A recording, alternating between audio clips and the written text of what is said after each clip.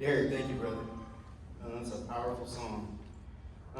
Before I introduce Chris, I'd like to read a card that I got from Antonita and Zion and Misha, who you know just suffered a loss with Philip. And here's what she wrote.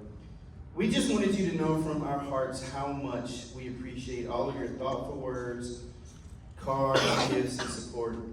Your kindness has really lifted us up during this tough time. We are very grateful. We know with Christ and our Lord we will be all right. And we also know that we will be with Philip again. Thanks so much. Love, Antonita, Zion, and Misha. Guys, we love you so much. We love you so much. And our prayers have been with you through this time.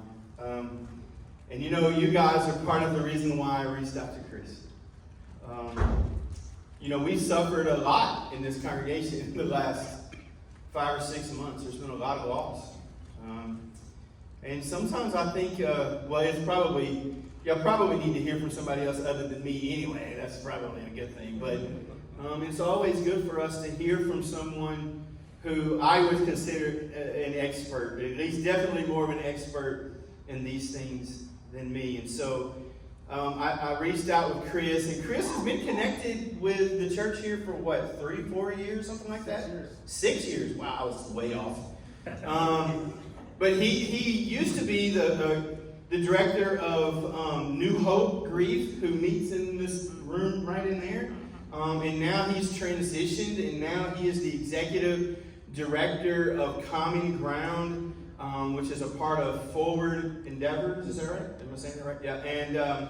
And it's connected with Wrigley Coffee and just a lot of different things in the community and helping people transition from tough situations into better situations, helping them deal with grief and loss and all of those kinds of things. I've been able to eat at Lola's with Chris and spend time talking with him. And man, he's impressive to talk to. I mean, he's been a pastor. He's got an MDiv. He's finishing up a marriage and family therapy degree. He's connected to all kinds of people, and he has a lot of experience. So, brother, thank you for being here, and even more importantly, your loved wife. But come on up here. Let me pray over you. And then we'll jump in. This is weird, y'all. Good, I'm used to that. I'm used to this, right? Let's pray. Dear Heavenly Father, thank you so much for Chris and the ministry that he does, God, and how you use him to bless so many people every single day. And God, we're very grateful that he's here with us this morning, Lord, and please send your Spirit to minister to us, to hear the things that he has to say, and even after we talk here with the Q&A, God, for us to be able to ask questions and for you to move and to heal in ways that only you can. But thank you so much. Be with Chris this morning as he speaks. Remove him and fill him up with you, Lord. And thank you so much for Jesus, and it's in his name I pray. Amen. Yeah, thank you. It's an honor to be here. I ran into Gray a couple weeks ago. We were at a pastor collective. There was a whole bunch of pastors in Long Beach, and I kind of always try to sneak in the back. That's just my thing. And I saw some other guys sneaking in the back. And I was like, that's my guy. But at that point, I didn't know you were a Cowboys fan, so I feel like I'm grieving at this moment. As a man, I know about grief because I am a lifelong Raiders fan. I'm actually a Raiders fan. Are you really? Yeah. And we're back in again. That's it. We're back in, yeah. And I'm terrible at fantasy football. So Gray's like, do you want to come on a Sunday? And I'm like, well, normally I'd be watching football. I'm actually sparing myself today, being here and encouraging people and doing that instead of that. But it's a great honor to be here. I have lived my whole life around grief. My dad owned a mortuary, so growing up, I was always around death. It's not cool when your dad's a funeral director. Everyone else has my dad's a cop, my dad's a fireman, and my dad was a funeral director. So it was tough days early on. But over time, I got to see that my dad, what he was doing is helping people at the worst time of their life. And I realized at that point, I hadn't done much good with my life. And I thought, maybe I could do that too. Maybe I could show up for people. And so I went to school and became a licensed funeral director and a licensed embalmer, still hold my licenses. Taught at the mortuary college in Cypress Community College as a mortuary science department, taught on grief, taught on funeral services. Did that for a while until I got called into ministry. And ministry can be tough. If I can get one amen on that one. Amen. Okay, that was your bad. I didn't know if I was supposed to say it or not. But went through that for one. My favorite part was just walking one-on-one with people in pain, being able to support people, kind of like Greg and I were talking about, what is ministry? And it's really helping someone from right here to get to right here, just helping people to continue to move forward. And I love that. Then went through a divorce in the church 13 years ago, and it almost killed me. It was really a lot of grief, a lot of pain. I decided I wanted to go back to school, become a marriage and family therapist, and start volunteering with grief. And 6 months into that, my brother-in-law Jason died by suicide. And my sister called me up, and she was in Idaho, and she said, I need you here. And so I got on the plane immediately. I was there the same day, and I got off the plane, and she says, I want you to do the funeral. And I said, oof, that's a tough one, because I'm not even talking to God right now, but where I'm at in my spiritual journey. And I want to say that's okay if that's where you're at, because we go through these seasons, and it was a difficult one for me. But she said this to me, she said, I'm afraid if you don't do it, then someone else is going to stand up at the pulpit, and they're going to say something that's going to further hurt my children, because they just lost their dad to suicide. And if someone stands up there and makes them feel bad about that, or shame about that, or worse yet, say that they're in hell, because I couldn't ask for forgiveness based on someone's theology, it's like, I don't think I can take it, and I couldn't take it either. So I ended up doing the funeral, and at that point I was like, I really feel like I want to work with people in grief, because as I flew away from Idaho, I realized there were not enough resources in the community to support them as I was leaving. And so I thought, make a difference where you live, right? And so I got involved, started volunteering, and long story short, for the past 8 years, I've been a part of doing grief work right here in this community. And like Grace said, although we're operating under a new umbrella and a new name, Common Ground Grief, I represent this huge community of people who've been supporting grief in this community for decades. And not only that, we've had a long-standing partnership with this community. As a program coordinator, I was doing grief groups and realized people who had death by suicide were not making it through the 8 weeks. In fact, less than 50% of them would make it to the end of the group. And I was like, we got to do something here. And I actually reached out to David Cron and said, hey, could we utilize some space over here? And we started our first suicide grief support group right here in this room back in 2019, 6 years ago. Amen. And then since then, week after week after week, we started adding more and more groups. We have supported, you have supported in this partnership, hundreds and hundreds of grieving people in our community. Amen. That's what you've done collectively as an organization. I'm so grateful you're here. And I'm so grateful to see that you're thriving, because this church needs to stay here. There's still work to be done. And I'm so honored to be able to partner with that. And what I'm going to ask you to do is, I want you to encounter a Jesus that might make us a little bit uncomfortable. And we're going to find him today in the book of Mark, in the Garden of Gethsemane. And it's not a loud place that people like to hang out and preach or sit with, but I'm going to ask you to sit with this passage today. It's up here on your screen. If you have a Bible, you want to open up to Mark 14, 32 to 36. It says this, verse 32, they went to a place called Gethsemane, and Jesus said to his disciples, sit here while I pray. He took Peter, James, and John along with him, and he began to be deeply distressed and troubled. My soul is overwhelmed with sorrow to the point of death, he said to them. Stay here and keep watch. Going a little farther, he fell to the ground and prayed that if it possible, the hour might pass him. Abba, Father, he said, everything is possible for you. Take this cup from me. Yet, not what I will, but what you will.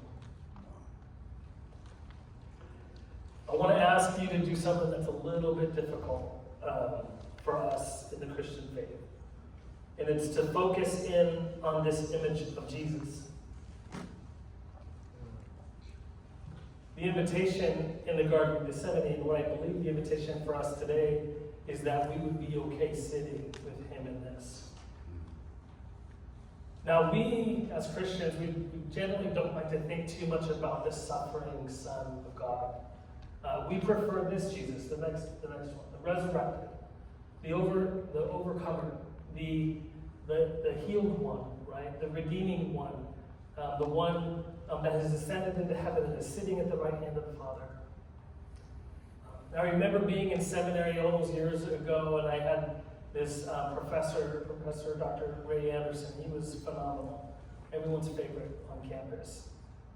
And he explained one time the difference between the crucifix and the cross. And for us, the cross represents redemption and hope. It represents an escape from all of the pain and the suffering that we experience. We often think about that and preach on that and talk about that, and that is an essential part of our faith, but there is another part that's really important as well. And it's the crucifix. And I think we departed from it mostly because of our ties in the Reformation from the Catholic Church that have the crucifix with the Corpus Christi on it. And Corpus Christi is not just a nice place to visit in Texas, but it actually means body of Christ. It's the body of Christ present on the cross. And the difference between the cross and the crucifix is the Corpus Christi. And the Catholics still have the Corpus Christi. We have the resurrected Jesus. And which one's right? They both belong. I'll out myself as a progressive, but one of my favorite authors is Richard Rohr. He's a Franciscan priest. Beautiful writer, sees the world in such through beautiful lenses. And he says you can't have Easter Sunday without Good Friday. Amen. That they both need to exist. And for centuries there was this debate about, is Jesus fully God or is he fully human? They find that he's fully both. But today I want to focus in on the humanity of Jesus, because we're living in a world of suffering. We're sitting in a place like this next slide of Jesus in this garden. We're witnessing horrific things in our community, in our congregation. We're watching people suffer. We're watching people struggle. People in our community are afraid to leave their home out of fears that maybe a family member may not return. They could be disappeared, deported.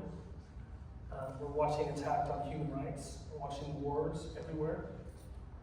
And we're experiencing as a community just this overwhelming sense of sadness and suffering. And Ray Anderson, when he said to these two things, between the cross and the crucifix, he said, sometimes only a suffering God will do. I need a resurrected Jesus. We all do. And we're really quick to go there. And we need to hang on to hope. Because this isn't the end. This is never the end of the story. The story continues on. We have hope in that. But we learn from Jesus in the Garden of Gethsemane here too. We'll go to the next slide. That there's a place for suffering as well. The next slide, that verse where it says, Jesus says, and he began to be deeply distressed and troubled.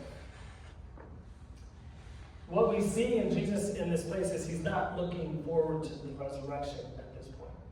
He's not painting pictures of what things will be like, but he's literally sitting in this reality of being confronted with his own death. And he began to be deeply distressed and troubled. How does that feel for you? Are you okay with that? What Jesus is functioning within in this moment is an anticipatory grief. He's facing his own death. And I have a definition of that. We'll go here. We're going to talk about it. You have permission to grieve. If Jesus can grieve, then there is room for us to grieve too. And I want that to kind of be the thing. I want, if you hear anything today, that you would just realize that you have permission to grieve. And I want to give you permission to give yourself that permission. But would you please give each other that permission as well? Jesus is experiencing this in this moment. He is fully present to his humanity. He is fully present to his fears, his anxiety, his anguish, and his pain. And I think it's something we need to pay attention to. In this experience with anticipatory grief, it's a grief that occurs before a potential loss. Anytime circumstances lead a person to think that death is a real possibility, they may start to grieve aspects of loss. Anticipatory grief doesn't mean that a person will grieve any less when the death finally occurs. It just means they process elements of the loss more slowly over time. Now, anticipatory grief is something I'm familiar with as well. And I know that you are as well. Because when I talked to Gray, he told me, he's like, I need you to come and speak because my people are hurting. And there's a lot of grief. We've experienced a number of deaths in our community. And for some of you, I know it's been this process of experiencing anticipatory grief, preparing yourself for the death of someone that you love. And I just want to share that as a community of faith, that is a very challenging thing to do well. My sister, Cindy, was diagnosed with an autoimmune disease, and it's a long, slow, painful death. And it really is this picture of anticipatory grief where, at first you get the diagnosis, and there is this kind of sense of like, oh no, this can't be true. Maybe you did the denial, the anger, the bargaining, the depression, the acceptance that we see from Kubler-Ross. But in that process, there's two things that happen. We start to pray a lot that, oh, God, please take this cup from me. And then there would be a hope that there would be a healing. And then there's also along the way this point where who knows where the line is, where you have to move to acceptance that, oh, she's going to die. My sister's was a long process of anticipatory grief, losses all along the way, leading to the final loss, to where she lived in a 2-story house, but then lost mobility, couldn't get up and down the stairs, and moved into a single-bedroom house. And then she had a couple falls and she couldn't stay there alone, so we moved her back into my parents so my parents could take care of her. And then while they were taking care of her, she couldn't get out of bed. And then she would move into the hospital, and it was just like this loss after loss after loss after loss. And if you've been through this journey, it's really hard to articulate, especially because for us as people of faith, we are constantly holding up hope that God would heal. But then there's this other reality that death belongs to. And we have a really hard time arriving there together. And so in my family, this is also a family of faith, some people towards the very end, even when there was no possible way they were getting out of bed, would pray that God would heal them in a Lazarus type of way. My sister. They'd get her up out of bed and she's still going to be fine. And I'll be honest, it causes some tension because she needed to know that we were also okay with her dying. And what I can tell you from my experience of walking with people through death and all the people on the other side of death, and we'll talk about that in a moment, is that a lot of times when people are going through prolonged illness and they're preparing for death, is a lot of times they're hanging on not for them, but they're hanging on for you. And so I'm going to be honest with you, I don't know where the line is, and I don't know how to get there together. But I want to say today that with Jesus, we have permission to grieve. And at some point, we do have to accept that death is imminent. Because even if Jesus miraculously got her up out of that bed and healed all the aspects of her body that had shut down, she was still going to face death at some point. And so what I'm handing to you is this really complex situation that ultimately causes a little bit of friction and division within our faith communities, within our families, because we don't know how to show up for each other. We don't even often know how to show up for ourselves. And so if you have been in this situation, I want to say I'm so sorry.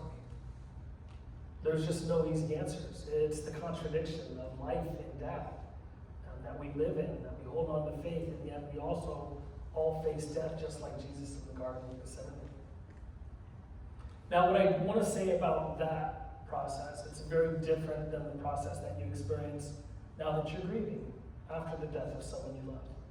And I mentioned Kubler-Ross, I think put that up there, the 5 stages of grief. I want to be really clear on this, that one of the greatest misconceptions around grief in our communities, in our culture, is that this is what bereavement looks like. Now, this makes sense for us and my sister Cindy, Because Kubler-Ross, when she did this research, she was working with about 55, so it was a small sample of dying patients, and they were coming to terms with their own death, like we see with Jesus in the Garden of Gethsemane. And the process is like, oh, okay, there's denial, no, that's not me, I do not accept that diagnosis. There's got to be a mistake, we need a second opinion.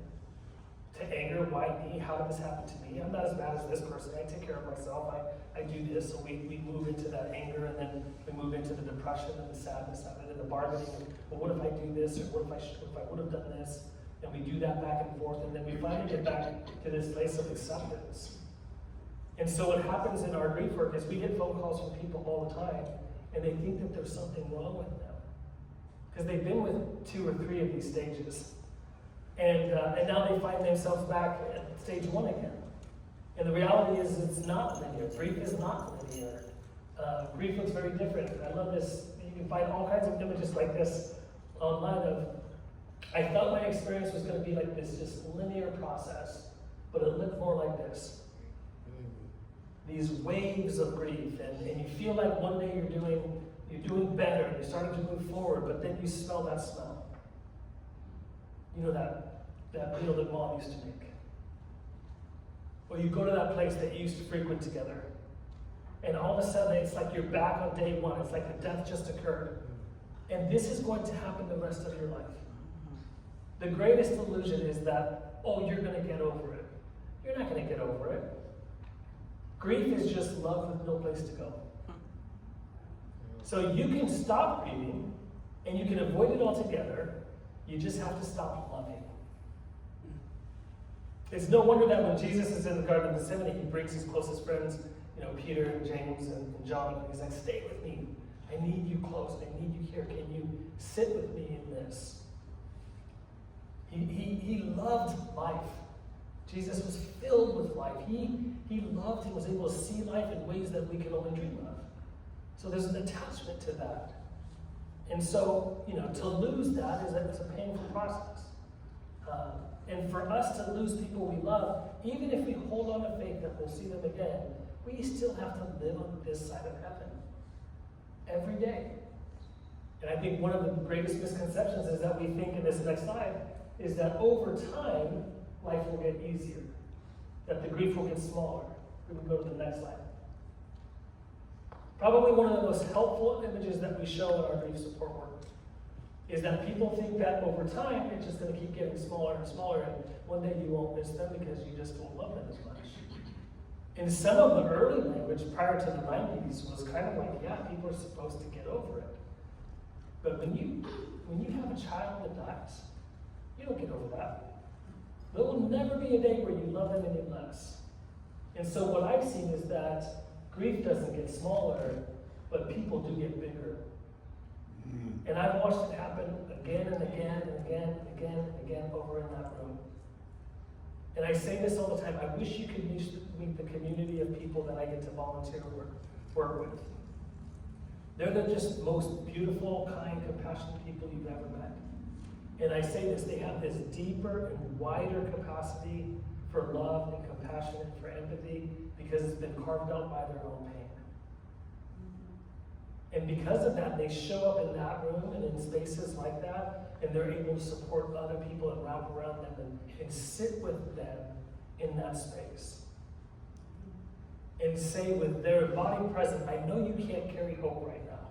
I know it feels too heavy, but I'm going to hold it for you until you're strong enough from walking together that you can carry it for yourself. And I think that that's the goal of great grief support. But it doesn't get any smaller over time. And so in this next slide where Jesus, we see him really go through the 5 stages of anticipatory grief, not bereavement grief, which we just mentioned. Of Jesus coming to terms with, anything but this, I don't want this. And then finally moving to this place of not what I will, but what you will. And I wish there was 30 or 50 or 5,000 dots between those 2 places. Because grief is not so resolute. It is this constant back and forth in anticipatory grief and in bereavement. This sense of it's always this, I don't want this. This is not what I wanted. This is not the life that I had expected. This was not the way it was supposed to turn out. And yet, not my will, but your will. So you have permission to grieve. My hope is you'll give yourself permission for that, and I hope you will give each other permission for that. That as people of faith, we can hold on to both. We can hold on to hope of something better to come, but we can also sit in that place just like Jesus said, could you just be here with me for a moment? Could you sit with me in this? As he's feeling overwhelmed to the point of death in anguish. Now the second thing that I thought, what I really want to make sure that I give to you is we think about what does it look like to grieve well. And it's the second point. You've got to name it to tame it, and you have to feel it to heal it. Daniel Siegel is a researcher, a child psychologist out of UCLA. He's written some amazing books. If you're a parent, I strongly encourage the Whole Brain Child or Brainstorming. He talks about child development, trauma, and grief. And in this next slide, he puts this together through his neurology research. That we have right brain and we have left brain. And the right side is where all the emotions, creativity, and things sit.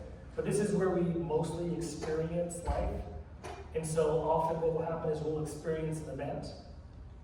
And what we need to do is we need to be able to give language to that.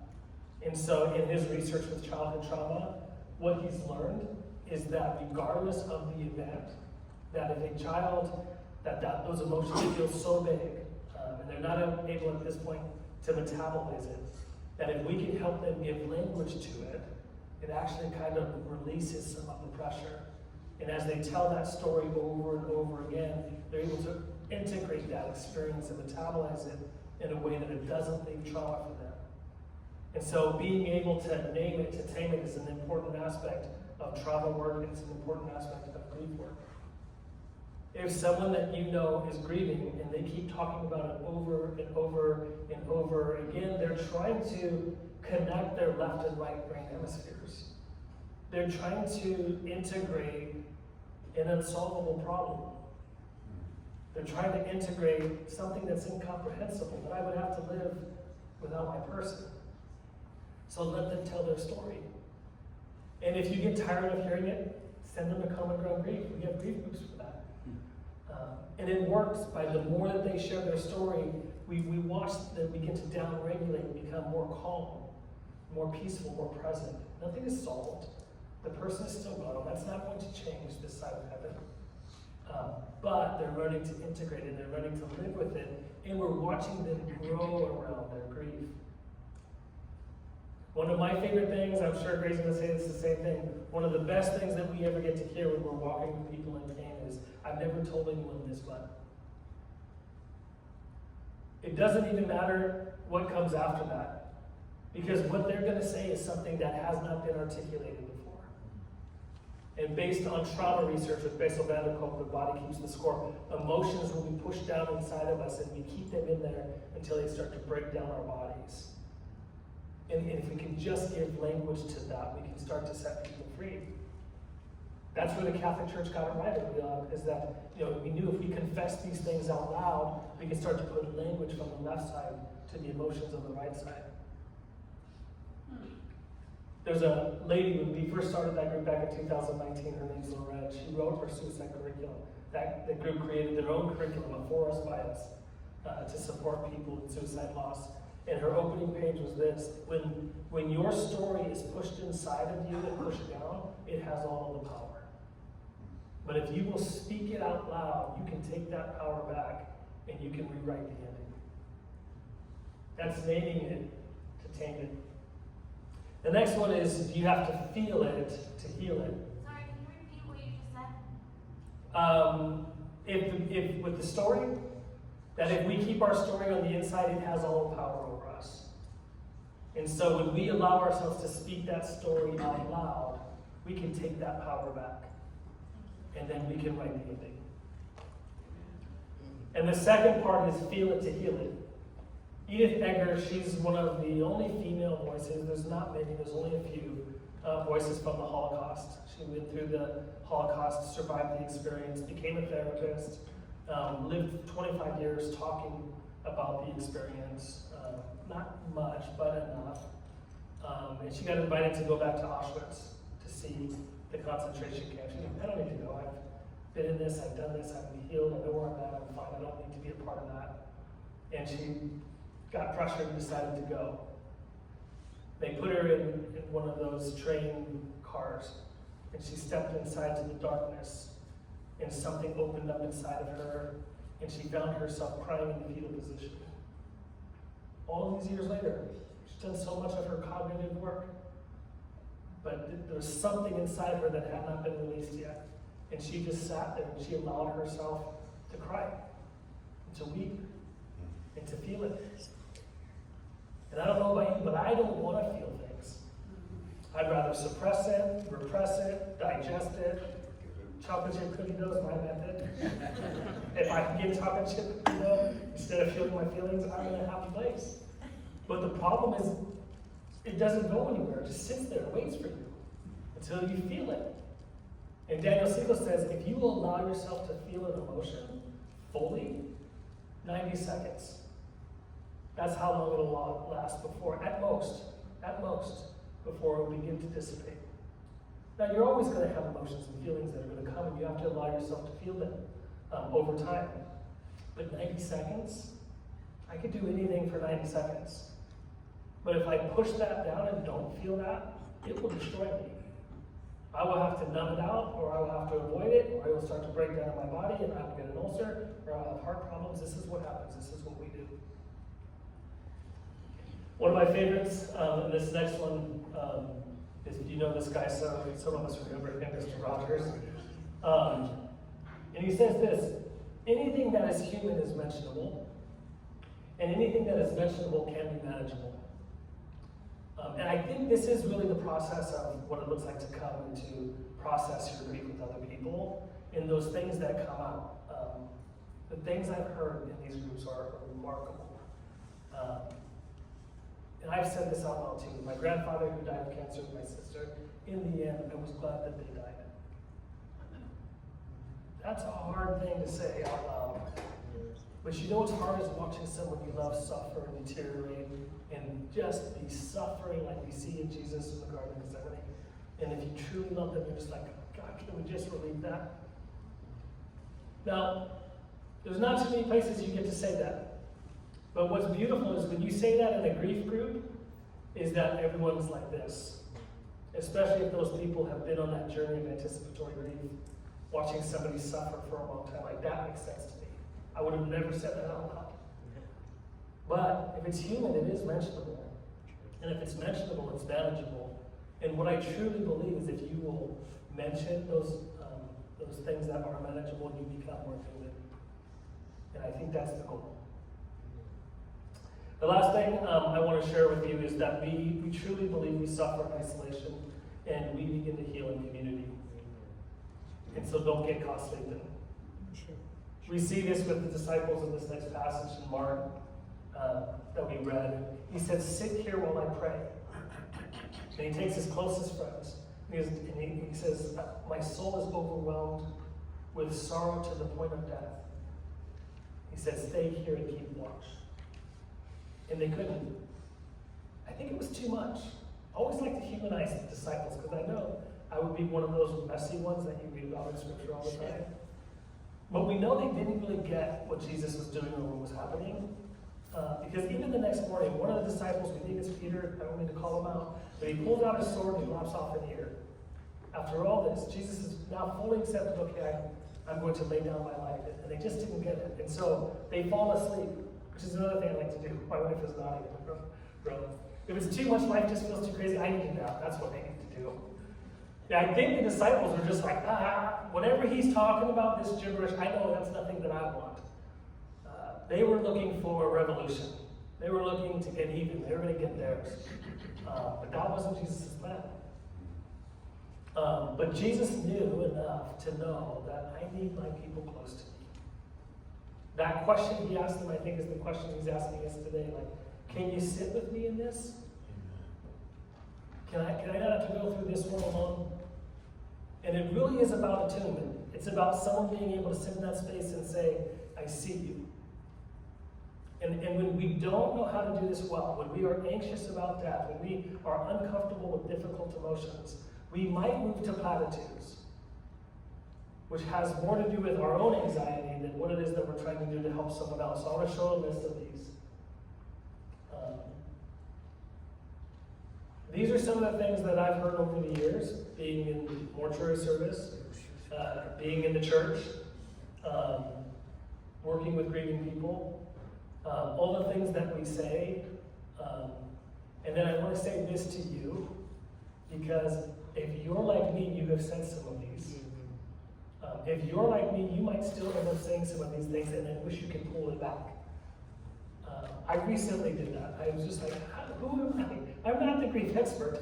I'm still trying to figure this out. I know I'm still so uncomfortable being in these spaces, and none of us are going to do it perfectly. So as you look through this list, please be kind and gracious to yourself.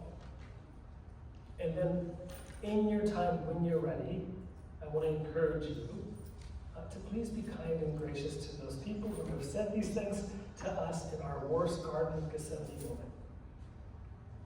Because we say it every time, these well-intentioned people who come to us and they speak these words and do so much hurt are doing the best that they can.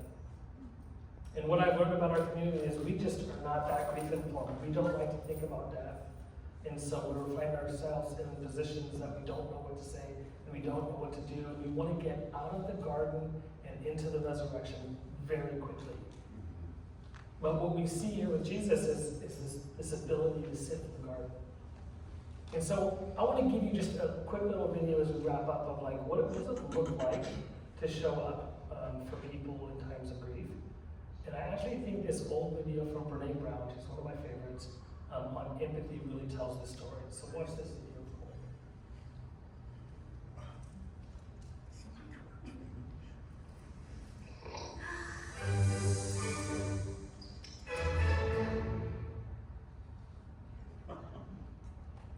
So what is empathy, and why is it very different than sympathy? Empathy fuels connection. Sympathy drives disconnection. Empathy, it's very interesting. Teresa Wiseman is a nursing scholar who studied professions, very diverse professions where empathy is relevant, and came up with 4 qualities of empathy. Perspective taking, the ability to take the perspective of another person or recognize their perspective as their truth. Staying out of judgment, not easy when you enjoy it as much as most of us do. Recognizing emotion in other people and then communicating that. Empathy is feeling with people. And to me, I always think of empathy as this kind of sacred space when someone's kind of in a deep hole and they shout out from the bottom and they say, I'm stuck, it's dark, I'm overwhelmed. And then we look and we say, hey, I'm down. I know what it's like down here, and you're not alone. Sympathy is, ooh, it's bad, huh? No, you want a sandwich? Empathy is a choice, and it's a vulnerable choice, because in order to connect with you, I have to connect with something in myself that knows that feeling. Rarely, if ever, does an empathic response begin with at least. I had it, yeah. And we do it all the time. Because you know what? Someone just shared something with us that's incredibly painful, and we're trying to silver lining it. I don't think that's a verb, but I'm using it as one. We're trying to put the silver lining around it. So, I had a miscarriage. At least you know you can get pregnant. I think my marriage is falling apart. At least you have a marriage. John's getting kicked out of school. At least Sarah is an A student. But one of the things we do sometimes in the face of very difficult conversations is we try to make things better. If I share something with you that's very difficult, I'd rather you say, I don't even know what to say right now, I'm just so glad you told me. Because the truth is, rarely can a response make something better. What makes something better is connection. Great video, right? Yes. Oh yeah, no, just keep doing that. You can go to the next slide. I love this picture. Empathy is simply listening, holding space, withholding judgment, emotionally connecting, and communicating that incredibly healing message of you're not alone. When I see this picture too, I think of the big emotions we keep on the inside, and that we're just like, I could never say that. I don't, if I let that out, it could consume me. But if it is mentionable, it is manageable. And sometimes these big, scary things that we just feel like would overtake us, they don't. They set us free. And if I had to pick one image of like what grief support looks like, good grief support, it's not standing at the top of the hole saying at least, which we've all done. Please be kind and gracious with yourself. But it's getting down in the hole. It's dark down here. And you're not alone. And when that person shares the thing, it's like that beautiful response is, man, I don't even know what to say. I'm just glad you told me. I'm not here to fix it. I'm not here to judge it. I just want you to know that this is bad and you're not alone and I'm here with you. I think the message of Jesus going into the Garden of Gethsemane and having that experience, being faced with those circumstances, him having that very human response to the whole thing, is a reminder that we're not alone in our suffering. And honestly, what we need right now is a suffering God. Sometimes right now, only a suffering God will do. I need to know that there is someone who understands what it feels like to watch what's happening on our streets in Long Beach when people are getting plucked off the street and sent away. I need to know that there's someone who knows that kind of suffering. And when I see that, when I encounter that in the person of Christ, I know I'm not alone. That there's someone who got down into the darkness with us and said, here, I've been down here, it's scary, but I'm with you. I really want to emphasize this last point of making sure that you don't suffer in isolation and you find a supportive community. It is the totality of my work of making sure that no child, teen, adult, or family is alone. And so we have a family camp coming up on November 1st. It's basically breaking isolation within the family, because families will suffer alone in a family, but with other families, it's on November 1st. We'll put up a slide for that afterwards. We have grief groups. If you feel like you would benefit from showing up in a group and being able to share your story and listen to others and offer and receive support. But do not suffer in isolation. And because of that, I want to give us a sense of witness to each other's pain and witness as we close in prayer. So I've created a prayer for us to close with. It's a communal prayer. I'll read the first part and ask you all together to read the second part, but let's pray. Lord Jesus, in the quiet of Gethsemane, you wept and prayed. You bore the weight of sorrow that words could not contain. We come before you now carrying our own grief and the grief of those we love.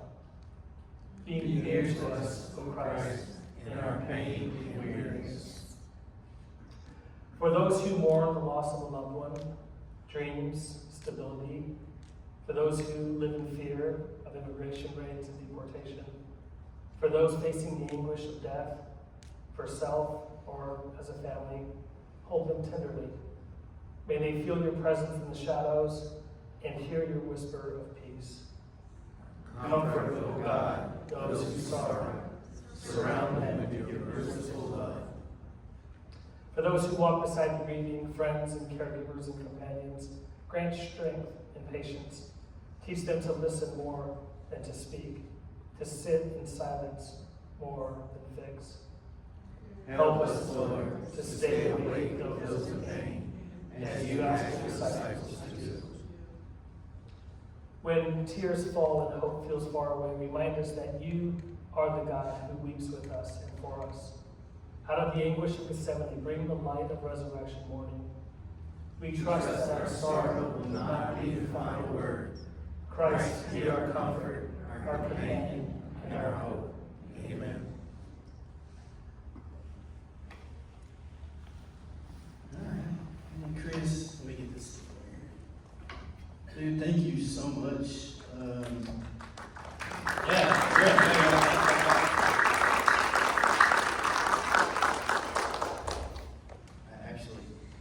was going to try to memorize those questions, but then I was like, Okay, right. So, iPad. We could open it up too. People have questions. Yeah.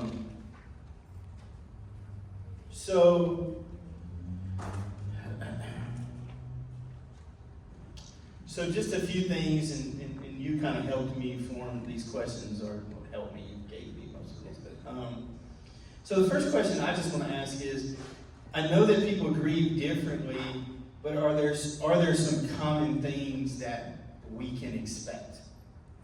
Yeah, I think the big one is to recognize when we talked about the difference between anticipatory grief and bereavement grief. When someone is gone, coming to terms with the death of someone you love, it's important to recognize that it's not these linear stages. But what I will say is pretty typical, just to normalize your experience, is it's normal to kind of oscillate back and forth between loss and life. So when a death occurs, maybe early on, we find ourselves a lot caught in the emotions, being disabled by our grief, not wanting to get out of bed. That's normal. And then the next moment, we feel like, okay, I've never done this before. I gotta figure out how to pay the bills, even where the bills are. I gotta learn to take out the trash on Tuesdays and those types of things. So it feels like, okay, now I'm moving forward. But then the next day, the next 2 days, the next 4 days, you can't get out of bed again. And it's just normal to oscillate back and forth between loss and life. And I think that's a helpful thing for us when we work with grieving people, because they just need to know that you're not broken, that's normal to have that experience. Now, we do have a center of gravity. Some of us are more intuitive in our grief, we're more emotional, and some people are more active. I'm more of an active griever. I want to do things or learn things cognitively in my head rather than feel things in my body. But it's normal to go back and forth. And I will say this last thing. Grief is as unique as your thumbprint. And I say this all the time as the grief expert. If I've seen one person grieve, I've seen one person grieve. Because everyone's experience is so different. And the best thing, the most important thing you need to know about me is I am not you. And if you can hold that as we engage each other, is that they are not you, and you're going to grieve very differently than they grieve, and that's okay. Thank you. So, as a congregation, what can we do to better support grieving people in our midst here? I think, that image of Jesus coming to his friends and like, could you just sit with me in this? And I think it's that ability to be able to hold space for people in pain. And be self-aware. What's going on inside of me? Am I okay in this space? And if we can be, and you'll feel it, like in your community, in your congregation, those people that you can go to and tell them, hey, my soul is troubled to the point of death, as Jesus says. And the ones who will say, oh, cheer up, greater is he that is actually you than he that is in the world. Or some kind of a platitude, or things that don't allow you to be who you are and where you're at. It's the sense of like, can you sit with me in this?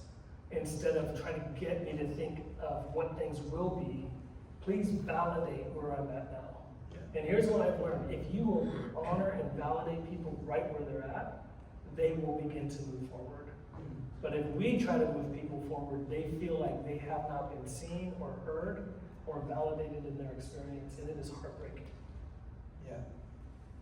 What kind of services do you offer at Common Ground that might help grieving individuals or families? Yep. We have adult grief groups. They're 8-week grief groups so that you can tribe together. That's what we like to say. In a lot of places, and this is where the church can be so beautiful, is we can create these supportive networks where people belong. But when a death occurs, they feel like there's no one there to belong. And so having a grief group is allow you to show up. And we always say the power of the nod is you tell your story, people are nodding like, yep, me too. And so being able to come to a grief group can be really helpful. We have them for child loss, suicide loss, and just general loss. And like I said, they're 8 weeks. You can contact and sign up for those. We have our family camp that was up here. It's on November 1st. We have space. It's a minimal fee, and we scholarship most people. We never turn away anyone for money. So if you want to spend one day, to honor your grief and to honor the person that you love, it's on Dia de los Muertos. It's on November 1st.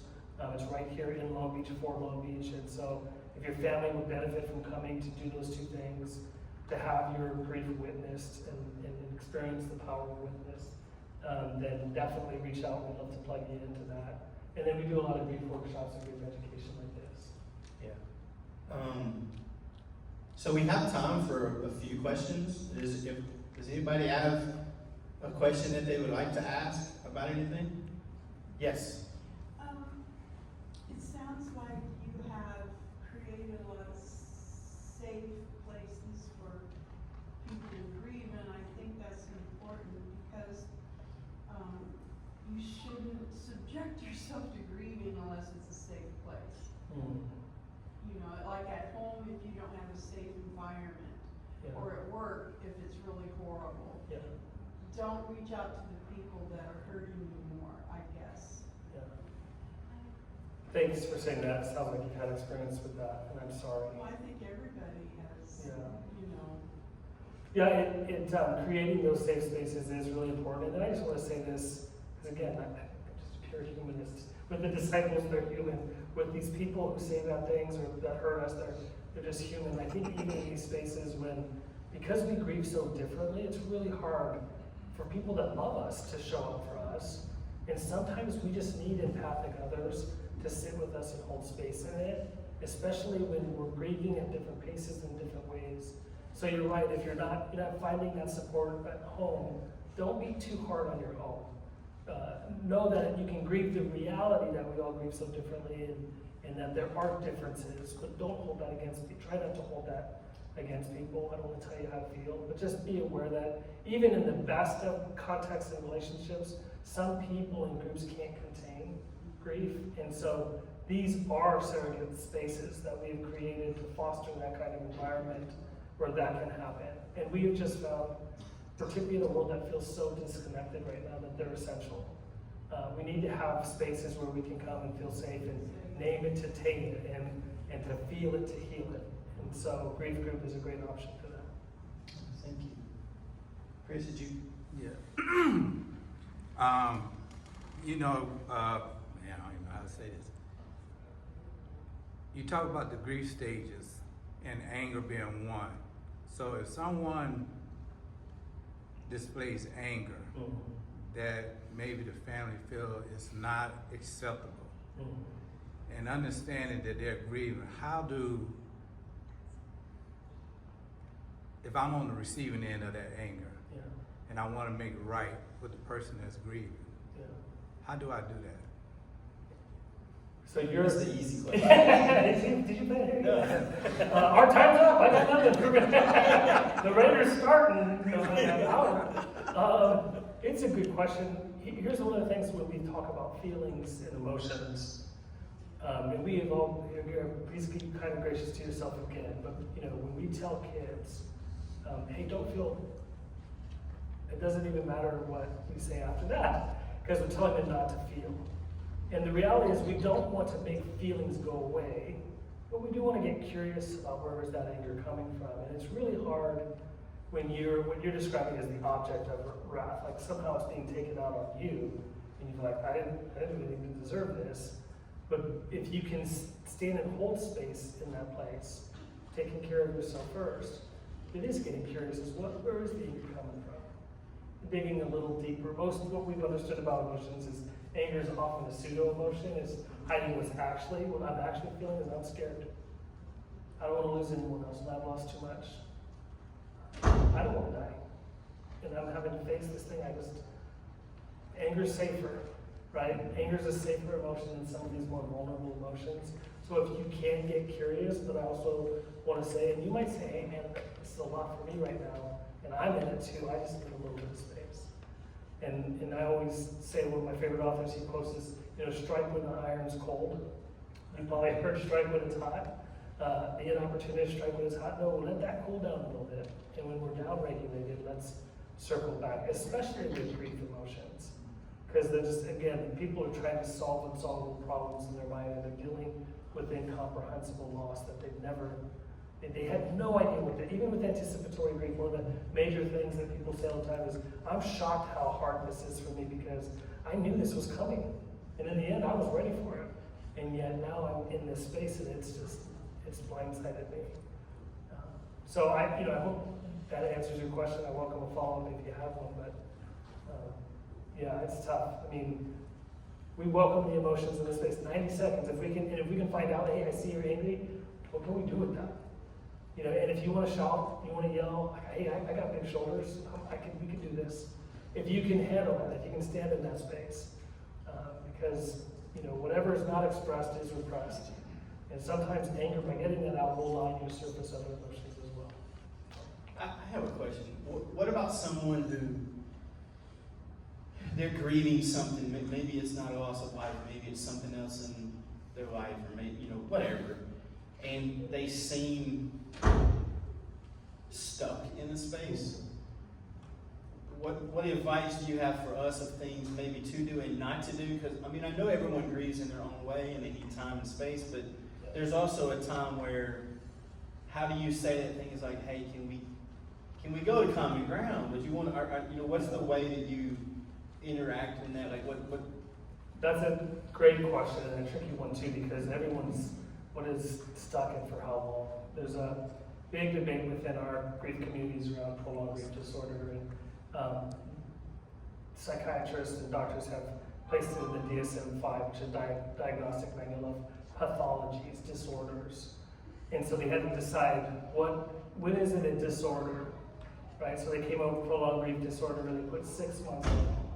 And I always think if you lose a child, your child dies, and they say if you're still grieving after 6 months, that's a disorder, I'd say you're going to get punched in the face by one of my parents. Because I think if you're not grieving after 6 months and you lost a child, that's probably the disorder. And so it's hard to put timelines on things, and because people grieve in different ways, and we continue to grieve developmentally. So individually, as we develop childhood development, families have development models as well. Each one of these stages, you're going to grieve again, so it's difficult. But the one thing that you said I think is really important, I want to name, is even with prolonged grief disorder, we know that if there is a disorder, at some point, when you feel like you've been disabled by grief for so long, then you do need to get some help. And medication and even a diagnosis can be super helpful, because you might be able to see a doctor with your health insurance covering it because it's in the DSM. So, I'm on both sides of the issue, but mostly I want to say grief is not inherently a disorder, but it can be. You can get stuck in it, and I've watched people get stuck in it. And I have a lady who's been doing this work with me for 5 years. Her son died, and she didn't go back to work. She still hasn't gone back to work, and she finally came to me 2 weeks ago. Like, they said I have prolonged grief disorder, and I said that's a good use of that diagnosis, because she couldn't go back to work. Her wife's not functioning. Maybe some medication, maybe different types of psychiatry or psychology can help get her over the hump. So I want to acknowledge that that's a real thing. But, we see this a lot. When one person dies, 2 people die. Mm-hmm. And can we get this person to keep living and keep moving forward, and allowing space for them to grieve, to see if they can pick up and start to move forward. And when they can't, like I said, sometimes you need, surrogates to come in and to embody hope for them, to say like, okay, my child died, and I don't want to keep moving forward. And that's very common, the passive ideation of like, I would be very happy to die tonight in my sleep. But if they had the same thing, and they're starting to find life and laughter and love again, then maybe there's hope for me too. And that's enough for people to say, okay, maybe I will give it a shot. Maybe I'll start to live again. So grief can be the first step, and then sometimes people do need help beyond that. You got time for one more? Is it? Yes, Antonita. For my family, we noticed just is when people ask, how are you doing? Are you okay? We don't really know how to respond to that. Yeah. I thank you for bringing that up. And are you the family that experienced a recent death?